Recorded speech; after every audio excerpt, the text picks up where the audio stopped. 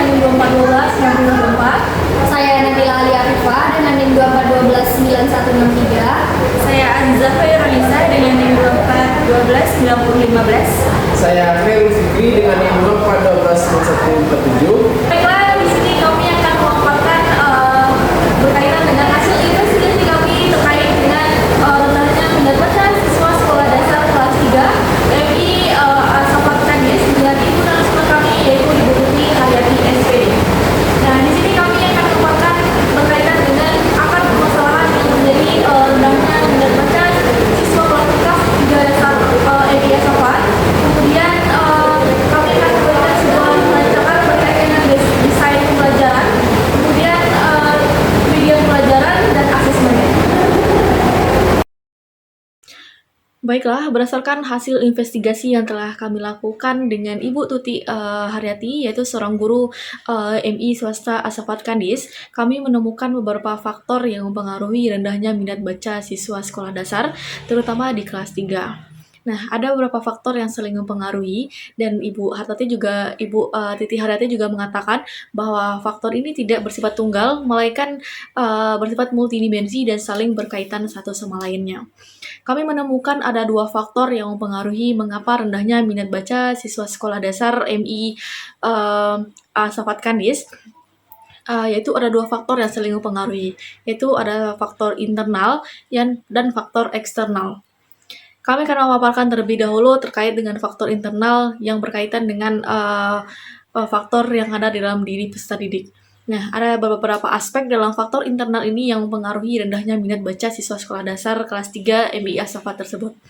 Nah, yang pertama yaitu ada aspek kognitif, yang kedua yaitu aspek motivasi, dan yang ketiga yaitu ada aspek kebiasaan membaca. Yang pertama yaitu adalah aspek kognitif.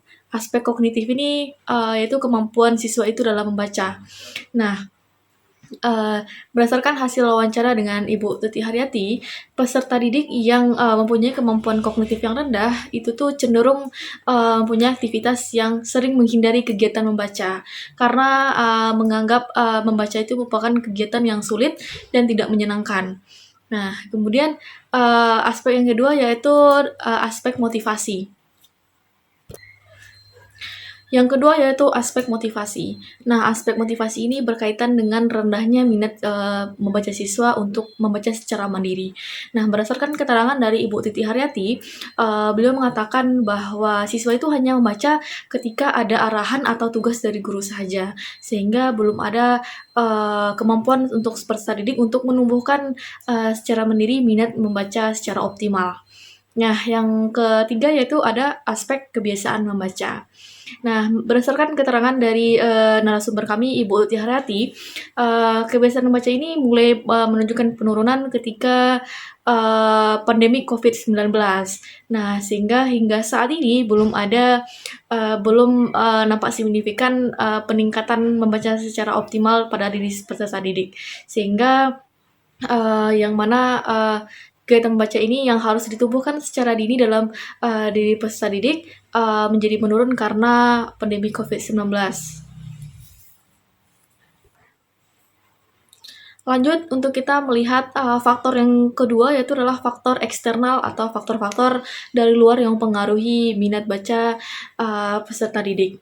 Nah, berdasarkan hasil investigasi kami dan dari narasumber kami Ibu Tuti Haryati, ada empat aspek yang mempengaruhi empat aspek dalam faktor eksternal yang mempengaruhi rendahnya minat baca peserta didik MI Asafat Kadis ini. Nah, yang pertama yaitu adalah dukungan keluarga, di mana menurut Ibu Tuti Haryati ada perbedaan yang signifikan antara peserta didik yang mendapatkan dukungan dari rumah atau dari keluarga dengan peserta didik yang tidak mendapatkan dukungan dari keluarga, atau ada faktor-faktor psikologis di dalam rumah mereka yang mempengaruhi minat baca mereka. Nah, juga diidentifikasi bahwa peserta didik yang mempunyai keluarga yang mendukung akan tampak lebih ceria dan minat baca mereka pun juga lebih tinggi. Nah, sedangkan sebaliknya, peserta didik yang kurang mendapatkan dukungan dari orang tua atau peserta didik ini sering mendapatkan masalah di rumahnya, itu juga nampak dari rendahnya minat baca mereka di sekolah atau maupun di luar sekolah. Nah, sehingga kita kaitkan dengan kajian teori bahwa dukungan keluarga ini menjadi faktor penentu bagaimana peserta didik itu dapat meningkatkan minat baca mereka di sekolah. Aspek yang selanjutnya yaitu penggunaan teknologi atau gadget. Nah, menariknya berdasarkan hasil wawancara kami dengan Ibu Tuti Haryati menunjukkan bahwa penggunaan teknologi itu tidak selalu membawa dampak negatif terhadap pembelajaran peserta didik. Nah, peserta didik itu tuh menunjukkan tingkat antusiasnya ketika pembelajaran menggunakan teknologi seperti menggunakan infocus. Nah, dibandingkan dengan tidak penggunaan infocus dapat dilihat perbedaan antusias mereka. Nah, Ibu Tuti juga mengatakan bahwa dalam sebulan beliau menggunakan infocus itu 3 kali dalam sebulan. Nah, sehingga beliau juga mengatakan bahwa penggunaan teknologi juga perlu diintegrasikan di dalam membantu meningkatkan minat baca siswa. Nah, beliau juga mengatakan bahwa menampilkan buku-buku digital atau video-video pembelajaran itu dapat membuat mereka lebih fokus dan memperhatikan apa yang disampaikan oleh guru. Nah, aspek yang ketiga yang mempengaruhi minat baca siswa di kelas 3 MI Assapat Kandis yaitu adalah ketersediaan fasilitas sekolah. Nah, ketersediaan fasilitas sekolah ini berkaitan dengan kurangnya fasilitas buku yang ada di perpustakaan. Nah, Ibu Tuti Haryati juga mengatakan bahwa di dalam perpustakaan itu buku yang ada di dalamnya itu masih sangat terbatas dan itu saja sehingga membuat peserta didik itu menjadi lebih bosan dan mengakibatkan peserta didik MI Assapat itu kurang mengunjungi perpustakaan. Nah, yang mana kita ketahui bahwa salah satu fasilitas pendukung untuk meningkatkan minat baca peserta didik yaitu adalah dengan membaca di perpustakaan. Nah, namun sekolah juga perlu meningkatkan fasilitas yang ada di dalam perpustakaan tersebut guna mendukung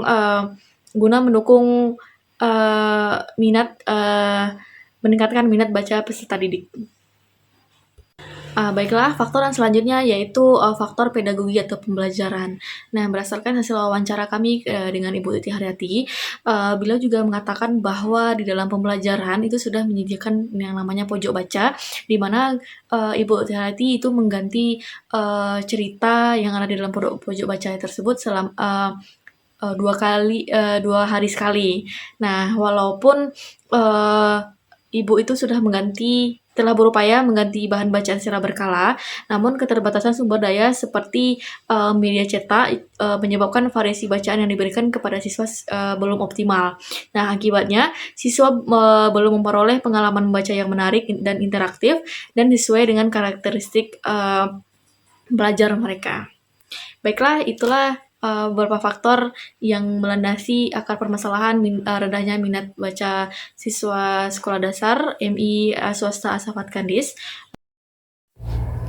Saya Nabila Alia Afifah dengan NIM 24129163. Selanjutnya, kita akan membahas mengenai desain pembelajaran yang telah kelompok kami rancang. Yang pertama itu mungkin kita membahas mengenai tujuan pembelajaran. Tujuan pembelajaran yang kita rancang itu mengacu pada capaian pembelajaran mata pelajaran Bahasa Indonesia fase B kelas 3 sampai 4 dalam kurikulum Merdeka. Di sini kami menyusun 4 tujuan pembelajaran. Yang pertama itu siswa dapat membaca nyaring teks narasi dalam buku cerita digital dengan lafal dan intonasi yang tepat. Yang kedua, siswa dapat mengidentifikasi unsur-unsur cerita narasi seperti tokoh, latar, alur setelah membaca buku cerita digital. Yang ketiga, itu siswa dapat menceritakan kembali isi cerita narasi yang telah dibaca dengan kalimat sederhana secara lisan. Lalu yang terakhir, itu siswa dapat mengungkapkan pendapat atau perasaan sederhana tentang cerita yang telah dibaca dalam diskusi kelompok. Selanjutnya itu kita akan membahas mengenai materi pembelajaran. Materi pembelajaran yang kami gunakan itu adalah teks cerita narasi yang ditampilkan dengan buku cerita digital. Kenapa sih kami memilih materi ini? Ada beberapa alasan. Yang pertama, tema cerita itu dekat dengan kehidupan sehari-hari siswa kelas 3 SD. Temanya itu seperti persahabatan, keberanian, kejujuran, atau kehidupan alam. Lalu, alasan yang kedua yaitu bahasa yang digunakan itu sederhana, lugas, dan sesuai dengan tingkat perkembangan bahasa siswa usia 8-9 tahun. Yang ketiga, cerita dilengkapi ilustrasi yang berwarna menarik dan audio narasi untuk mendukung siswa yang masih dalam tahap pemula membaca. Lalu yang keempat, setiap cerita itu memuat nilai karakter yang relevan dengan profil pelajar Pancasila. Lalu yang kelima, setiap cerita itu memuat nilai karakter yang relevan dengan profil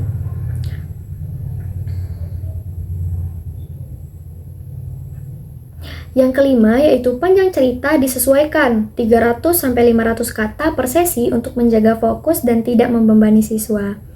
Nah, selanjutnya yaitu mengenai strategi pembelajaran. Strategi pembelajaran yang digunakan adalah strategi pembelajaran aktif berbasis literasi digital yang mengintegrasikan 3 pendekatan. Yang pertama itu pendekatan saintifik yang mendorong siswa mengamati, bertanya, mencoba, dan juga mengomunikasikan. Yang kedua itu pendekatan diferensiasi yang mengakomodasi perbedaan kemampuan membaca siswa. Nah, di mana siswa yang belum lancar membaca dapat menyimak audio narasi yang tersedia dalam buku cerita. Sementara siswa yang sudah lancar membaca teks secara mandiri. Nah, yang ketiga yaitu ada pendekatan literasi terintegrasi yang membiasakan siswa membaca sebagai kegiatan yang menyenangkan, bukan sebatas tugas akademik. Pembahasan selanjutnya yaitu mengenai model pembelajaran. Model pembelajaran yang digunakan adalah cooperative learning, tipe Think, Pair, Share atau TPS. Nah,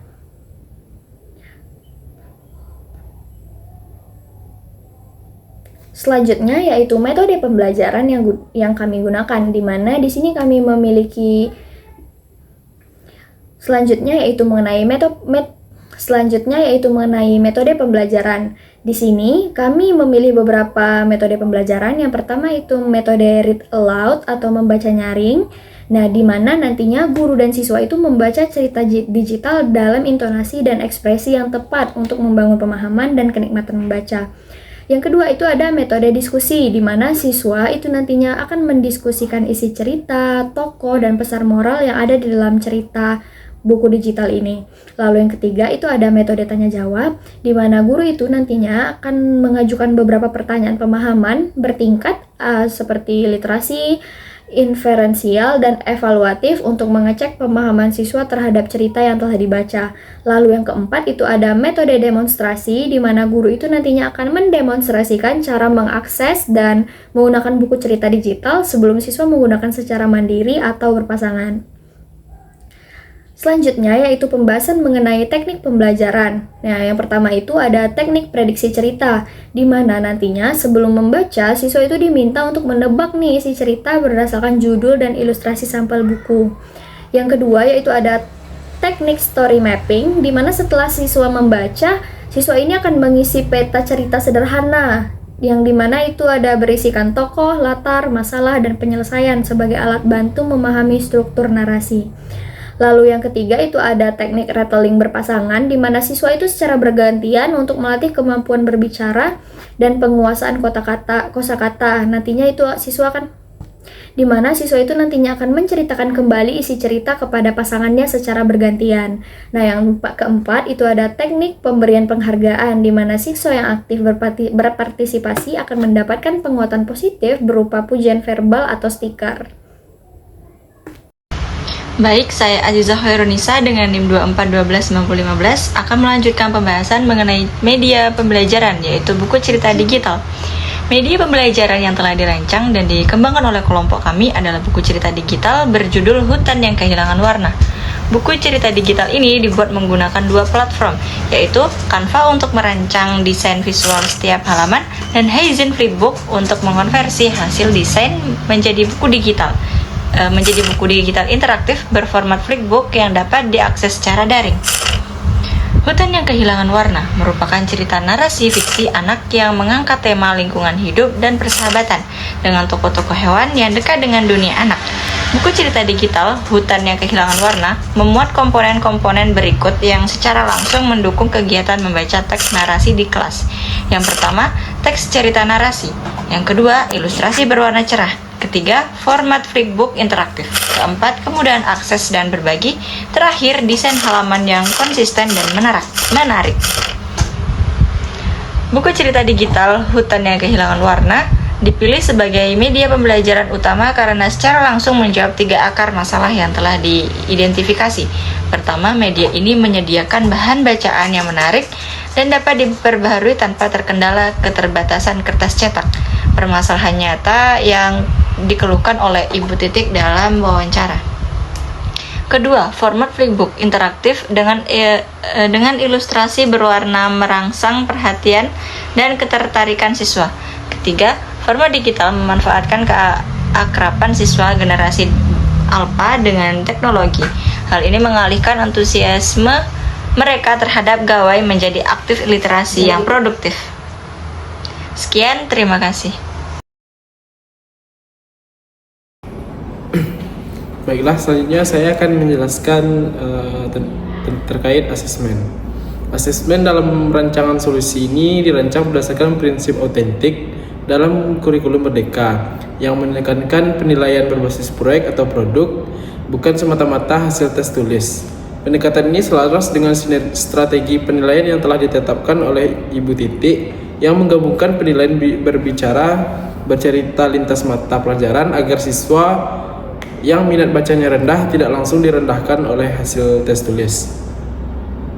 Asesmen dirancang dalam 3 bentuk yang saling melengkapi. Yang pertama itu asesmen diagnostik, yaitu sebelum pembelajaran. Asesmen diagnostik dilakukan sebelum kegiatan membaca dimulai untuk mengetahui kondisi awal siswa. Bentuk asesmen diagnostik yang digunakan adalah yang pertama itu tanya jawab lisan tentang pengalaman membaca siswa, kemudian buku apa yang terakhir kamu baca, apa cerita favoritmu, kemudian untuk mengidentifikasi minat dan pengalaman literasi awal.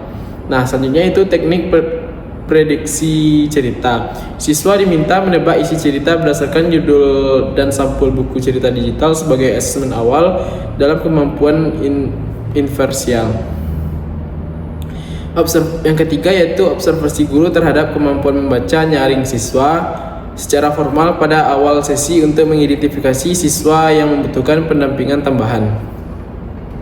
Nah, yang selanjutnya itu yang B, asesmen formatif, yaitu selama pembelajaran. Asesmen formatif dilaksanakan secara berkelanjutan selama proses pembelajaran untuk memantau perkembangan pemahaman siswa dan memberikan umpan balik yang segera. Bentuk asesmen formatif yang digunakan adalah menurut tabel. Yang pertama teknik pertanyaan interaktif dalam buku cerita digital. Nah, instrumen soal pemahaman bertingkat atau literal dan inversial yang muncul otomatis di platform. Selanjutnya itu aspek yang dinilai pemahaman isi cerita. Nah, waktu saat membaca setiap segmen cerita. Yang kedua itu pengisian peta cerita atau story map.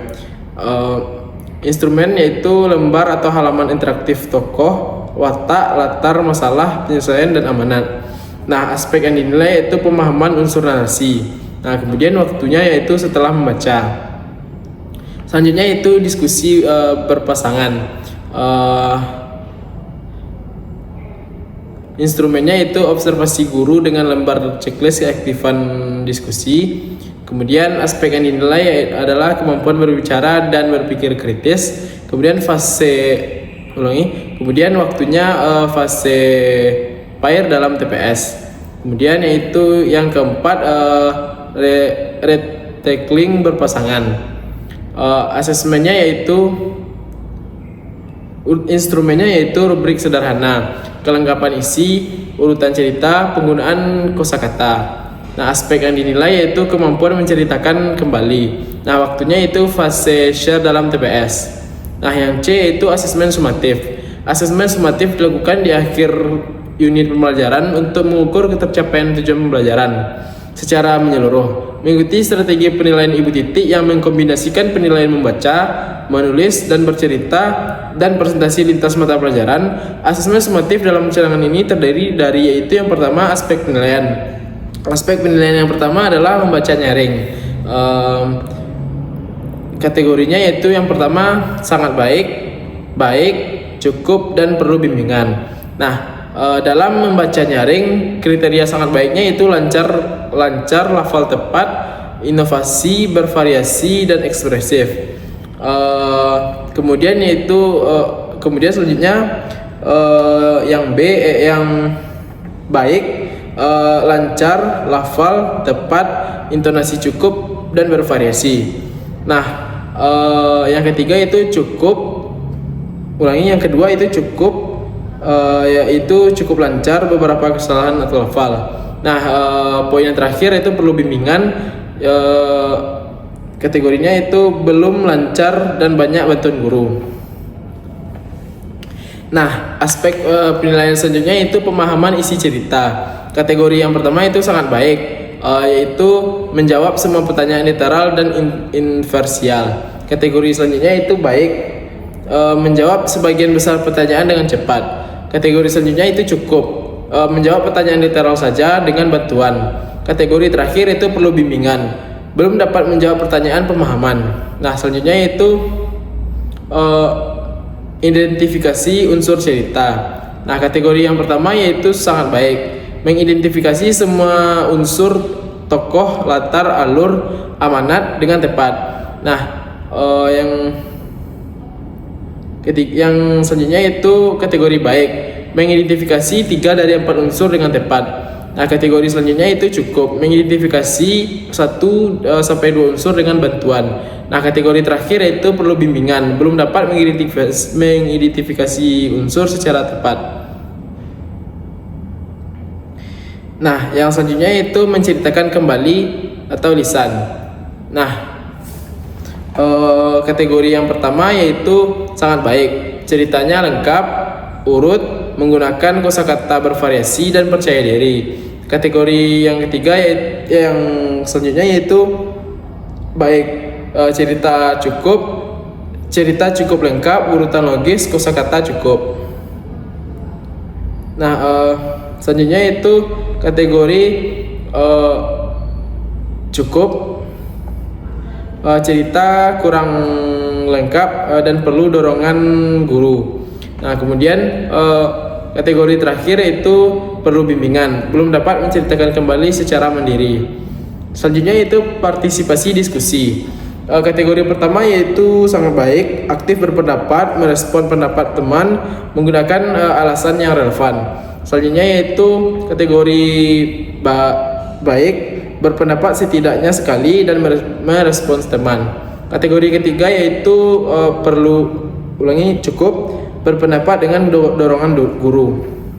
Nah, kategori yang terakhir yaitu belum perlu bimbingan, belum berpartisipasi dalam diskusi. Nilai akhir dihitung menggunakan formula nilai sama dengan total skor perolehan ditambah skor maksimal dikali 100. Skor maksimal adalah 20 atau 5 aspek dikali skor 4. Nah, siswa dengan nilai di bawah 60 mendapatkan program remedial berupa pendampingan membaca individual menggunakan buku cerita digital dan dengan tingkat kesulitan yang lebih rendah.